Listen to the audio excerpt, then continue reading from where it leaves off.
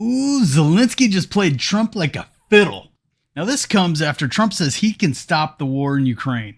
But in order to do so, Trump wants 50% of the mineral rights for the rare earth materials that the Ukraine has. We're telling Ukraine they have very valuable rare earth. We want what we put up to go in terms of a guarantee. We want a guarantee. So we're looking to do a deal with Ukraine where they're going to secure what we're giving them with their rare earth and other things.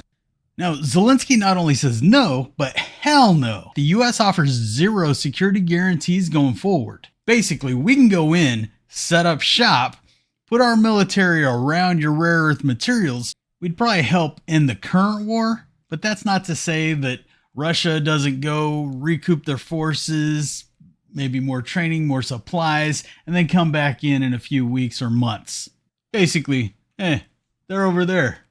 Just don't hit our riches. I wouldn't have signed that either. But here's how Zelensky played him like a fiddle. Not only did Zelensky say no, but he went on to say he would not accept any deal that the US and Russia made unilaterally. He needed a seat at the table to express what he needs as part of that deal.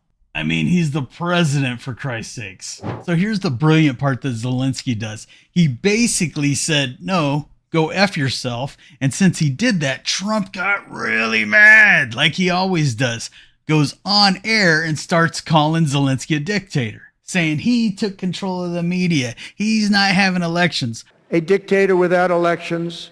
Zelensky better move fast or he's not going to have a country left. Well, you generally don't have election during a war. I mean, Churchill was there for like 6 years during World War II. And about the media, we all know that Russia runs a giant propaganda campaign. Just look at the IRA, the Internet Research Agency. It's a huge Russian propaganda machine, which obviously Trump's being affected by right now, or he really just likes Russia that much and he's touting their nonsense.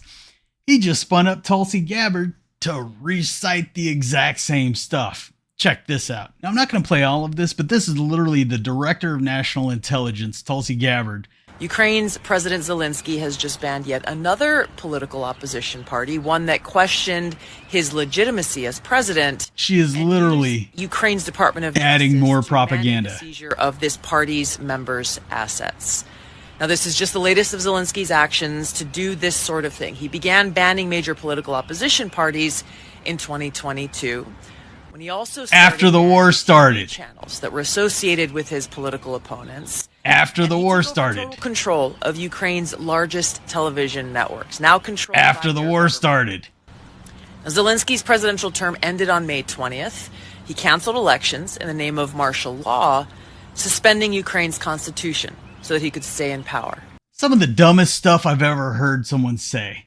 It's propaganda. It's stupidity. If you can't see that, I don't know what else to tell you.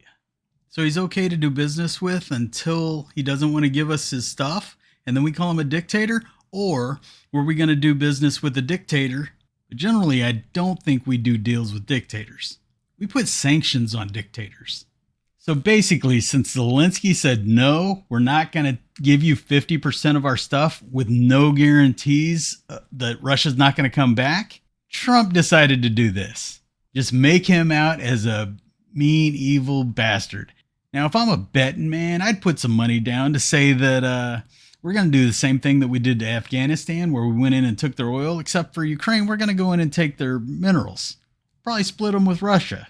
Now, the genius part of Zelensky refusing and basically forcing Trump to go on air to say he's a dictator, it just removed Trump's ability to be the middleman in between Ukraine and Russia, because he's obviously one-sided. He's calling Zelensky of Ukraine a dictator. How can you be the middleman when you already don't like this guy because he's a dictator? Pretty bright as Zelensky, and not so bright as the orange dude. But again, Trump is an opportunistic, backstabbing little bitch. Now, my guess is over the next couple of weeks, we're going to see an onslaught of propaganda coming out of our State Department talking about how Zelensky's a bad guy.